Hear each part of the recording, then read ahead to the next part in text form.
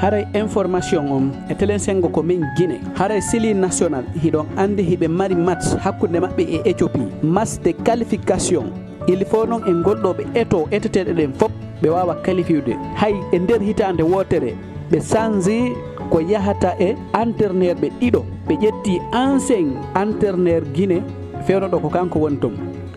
joni haray ko le 12 et le 15 woni masji ɗin ɗo noon Guinée hino du'a wadde ko wawi wadde kon fop ɓe gagnoo fiyo ɓe wawa qualifiude haray ɗum ɗon wonɓe Côte d'Ivoire ɓen koɓe yawɓe notoyo ɓe supporta moƴƴa fiyo Sily national wawu gagnade iɗon andi entraîneur Guinée on Michel Dossier o sélectionni hier jouayɓe ɗon ɓen hino ɗo liste on gardien ɓe ɓen ko Moussa Camara e Kemo Touré e Mori Keita sa yeehi ko défense ko Mouhammad Ali Camara e Antoine Conte e Ibrahima Sori Conte e Ibrahima Jakite e Nabi Ulari e Saïdou Sow e Issaga Silla e Sekou Oumarou Silla ko ɓen ɗo woni ko défense sa yeehi ko milieu a taway toon Aguibou Camara Madi Camara Seydou Bo Cissé e Saydou Ba Cissé e Cheikh Oumar Konde e Morlay Silla e Ablaye Touré ko ɓen ɗo woni ko milieu sa yeehi ko attaque a taway toon Aliou Badara Balde e Algasimou Ba e Mouhammad Bayo e Kande Diawara e François Kamano e Serou Girassi ko ɓeɗo woni ko attaque e ngol ɗo hiɓe du'a heɓude victoire 100% masji ɗin le 12 ɗum ko hawrata ko e samedi le 12 octobre et le 15 octobre ɗum ko mardi hawrata haray toranɗenɓe yo Allah hokkuɓe victoire information international hiɗon andi leydi kala e hoore aduna on immine représentant ɓe hiɗon andi hanki kadi min Netanyahu hanki noon ko adresi ko population Iran on ko population Iran on o adresi o wi population Iran on so yii miɗa haɓida hakkude an e mo on wona ono mi monani hooreɓe mon ɓen wonɓe kerewide terroriste hakkude mum e Israël ko ɓen woni haɓudude so yii meɗen bombardude ko mon ma meɗen bombardude Liban ma meɗen bombardude Hamas wona probléme goɗɗum go ko hakkude amen e hooreɓe mon ɓen o inni wo hooreɓe Iran ɓen ɓen ɗon ko ɓuttu wonɗo ko hoore leydi on ɓe monani ɓe yiɗa yo ɓuttu woni ko hoore leydi ɗon andi hande armée Israël on o natoyi Liban hande ɓe natoyi ton hiɗon andi ɓa tun Israël fewdo ɗo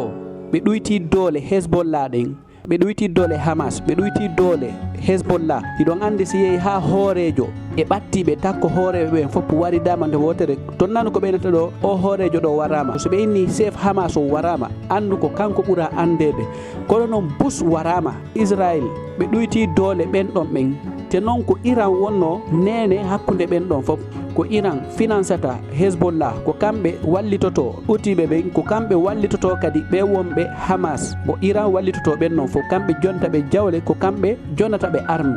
jon noon ɗin groupe aji ɗon fof Israël wari hooreɓe maɓɓe ɓen ɗum noon tun ɓeyda e blessure e telensengo ɗin groupe aji ɗon ɗuyta e doole maɓɓe o moƴƴa ko ɗum waɗi fewno buy ko Iran woni nene piiji ɗin fof kono nde Israël inna yahay memoya Iran il faut ɓe rewa e ɓen ɗon taw eɗen tugale ɗon tati taw utiɓe ɓen e Hezbollah e Hamas il faut ɓe ukkodira e ɓen noon si ɓe wawa feƴƴoyde innogol memoya Iran jonnon ɓen noon fof ɓe yeehi te fewnuɗo ɗon andi Iran ala garanti wondema si tawi Israël memminike si tawi na kamɓe yahanta direct par ce que hiɗon andi Hamas Hezbollah o groupe Hezbollah sayde ɓe memmini wo si ɓe bombardi Israël reklay maɗum si Hezbollah inni faala wadde attaque hedde Israël wattanora yiɗi ɗon haray Israël no watti yiili fi wata ɓe memmin probléme hakkude maɓɓe Iran ha Hezbollah ma Hamas iwtira ɓaawo maɓɓe ko ɗum waɗi ko ɓeeɗaɓe wonno haɓudude sa nan guerji ɗin fof ko ɓuri wonde guerre jano on tigi ko hakkude Iran e Israël par ce que nini ɗon andi ɓatun ɗen tugale ɗon tati elminama Israël elmini ɗen tugale ɗon tati nini haray ko heddi woko waɗugol face à face hakkude maɓɓe e Iran par ce que ko ɗum waɗi fewno ɗo Iran hino marno probléme de économie ɓe wawata marde probléme de économie ha para kadi ɓe darto ɓe inna ɓe memminay guerre goo kadi hiɓe wawi noon finance ude ɓe wawi wallitade goɗɗo goo o waɗa guerre hakkude makko e Israël kono ɓe wawata memminde fewno ɗo guerre hakkude maɓɓe wona fi so tawi Iran yiiɗa haɓudugol e Israël ma hala huluɓe ko hiɗon andi o wiyete hiɗon andi Israël ɓe utilise bombuji ɗe nanta hoorema ko anti bunker jono sa innama bunker ko suudu nananta hoorema hin ko suutere ndu woni ha padi tawa ko porteuse ndu kon kadi wona façon kala e bombure wawata hewtude on tigi ko wonton hay sey bombe nucléaire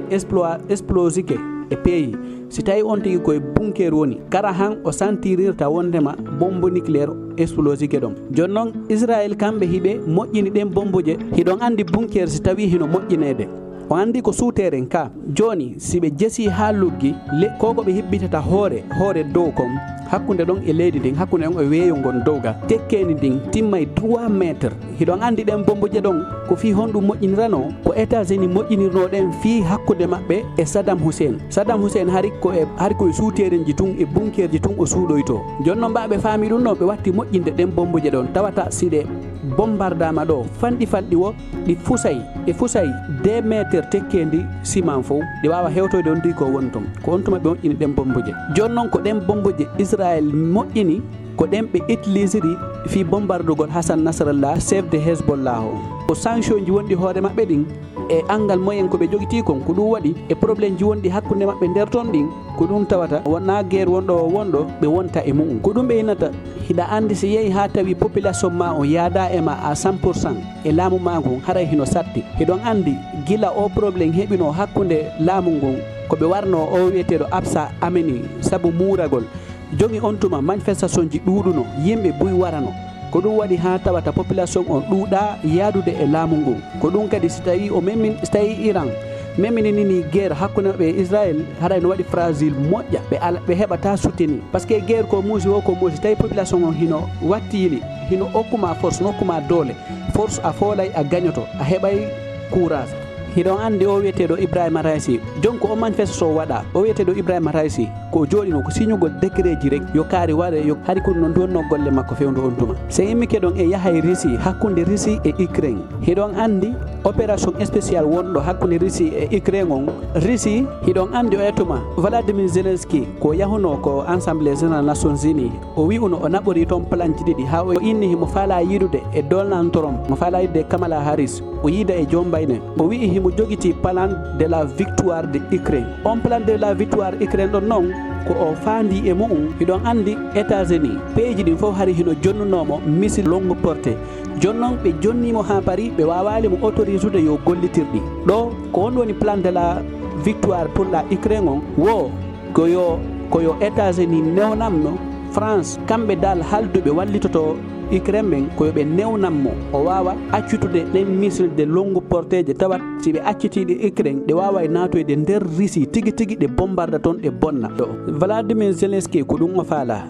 go'o koyoɓe asleru tigui ha o wawa natude OTAN wawa mo wallitade ɗimmum ɓe autorise mo o wawa lansude ɗen missile de longue portée je hara hay goto haɗatamo par ce que ko ɗum ɗo woni faale Vladimir Zelensky fof koyo naatu Union européenne o naata OTAN ɓe newnanamo kadi o wawa lansude missile de longue portée on haray kanko mo andi o gagnoto guerre on ɓahiɗon andi le Poutine kanko onno o wi faaleji makko ɗin fof objectif ji makko ɗin fof o yi'ali gorko darotoɗo ko hoore leydi ɗo ha ronkamo ha haɗamo wadde faaleji ɗo faalaɗi hiɗon andi Donbass wonta ɗo balɗe ɗiɗi ma balɗe tati hara ɓe jattali toon leydi e nder Ukraine Donbass ko e nder Ukraine woni chaque 2 jours walla chaque jour a nanayi ɓe jaɓiti 1 kilo walla 2 kilo walla 10 kilo carré walla 100 kilo ko ɗum tun nanta heɓe jaɓitira toon hiɗon andi hari Russie ɓe perdano yimɓe bus kono joni par ce que fewndo on tuma hari objectif maɓɓe ko immingol mo tuwonno objectif maɓɓe kono koɓe wonno yarde kon tawi ɓe kadi no mari défense seeɗa par ce que puuso ko ha ko maali ɓe waɗa e révolté direct kamɓe kadi tawi joni ko ɓe mo kala hino perdude kono kamɓe kadi ɓe perdude bus joni noon ɓe watti waɗorde gandal e nder golle ɗe ɓe woni wadde ɗen ko ɗum woni wadde ha joni taw wona e balɗe ɗiɗi balɗe tati si yiya ɓe nangui saare si ɓe feƴƴi nder ɗon saare ɓe nango e wonde goo kadi kono hari ɗo andi ñande wo ñande ananayi Russie nangui saare kono joni ɓe daari perte on tawi hino ɗuɗude ɓe watti nangirde par seeɗa balɗe ɗiɗi balɗe tati nana ɓe nangui saare balɗe ɗiɗi balɗe tati tawa ɓe nangui saare hiɗon andi ɗum ɗon hino tawa stratégie ji waɗi ha Poutine inni o yi'ali goɗɗo darotoɗo ko hoore leydi ɗo ha tawata haɗay mo o wadde ko o faalakum joni noon haray ko ɗon heeɗa par ce que occidental ɓen européen ɓen e américain ɓen ɓe fof hiɓe inni ɓe darota ko ha Poutine heɓa doole heɓa victoire mo o woni immanade on joni ɗo hiɗen jooɗi darde e woni spectateur ko yen jooɗo ndaaren jooni fewndo ko aduna on fof woni moƴƴinde armée woni ɗaɓɓude anti bombe atomique enen Afrique haynin président ji men ɗin fayda kamɓe ko haala firta woni golle maɓɓe. si a ndaari wono Doumbouya ko men Guinée, Doumbouya argol makko ko pouvoir o wi'uno fitangol gonɗi Guinée yimɓe ɓen addimo. sa yeehi Guinée Bissau Umaru Sisoko Embaló ko honɗum o wi'uno, o wi'i ɓengu makko torikemo yo accirni o accirini heɓitali hay yontere o yeltiti o inni o wontay candidat encore. sa yeehi Mali koɓe wi'uno kamɓe kadi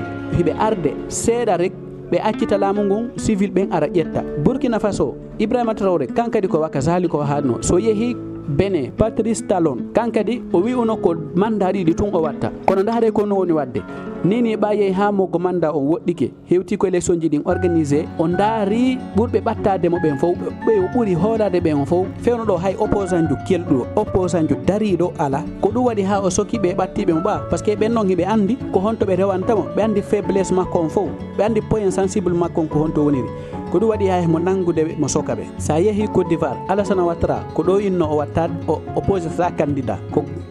Allah tun andi mo ƴettuno o maayi kanko wari o remplacer ɗon kadi. Algérie signi décret hakkunde maɓɓe e Russie wondema Russie wallitotoɓe ko exploitugol gaz Algérie on fi exploitugol gaz Algérie on ɓe signi décret wondema Russie wallitotoɓe. hiɗon andi o yettuma hari hiɓe marno probléme, hari Algérie e Russie no marno probléme wonnoɗo hakkunde Mali e Algérie on. hiɗon andi ko Mali gagnino tinsawontene ɓe yaltuno ɓe inni wondema Mali ala respectude règle ji tegaji telen sengo guerre ɗin par ce que hiɓe naati ko territoire maɓɓe hiɓe warde toon civil ɓe. hiɗon andi noon ko Russie e Mali woni golludude fayda à 100%. joni noon ɗum ɗon haɗali ɓa ko affaire intérêt mo kala yiyay toon hoore mum, ko ɗum waɗi ha ɓe signi on décret ɗon tawata ɗum ɗon wawa ɓe wallitade fi population maɓɓe yo heɓu gaz normal fi tambitagol maɓɓe kadi e telen sengo équipement ji maɓɓe ɗin fof. kono fi ɗum ɗa yanino hakkude Algérie e Mali ɗum ɗo waɗali hay fus par ce que ko Russie woni tambitade Mali e Niger e Burkina Faso fof kañumma e Centre Afrique e nder mum kala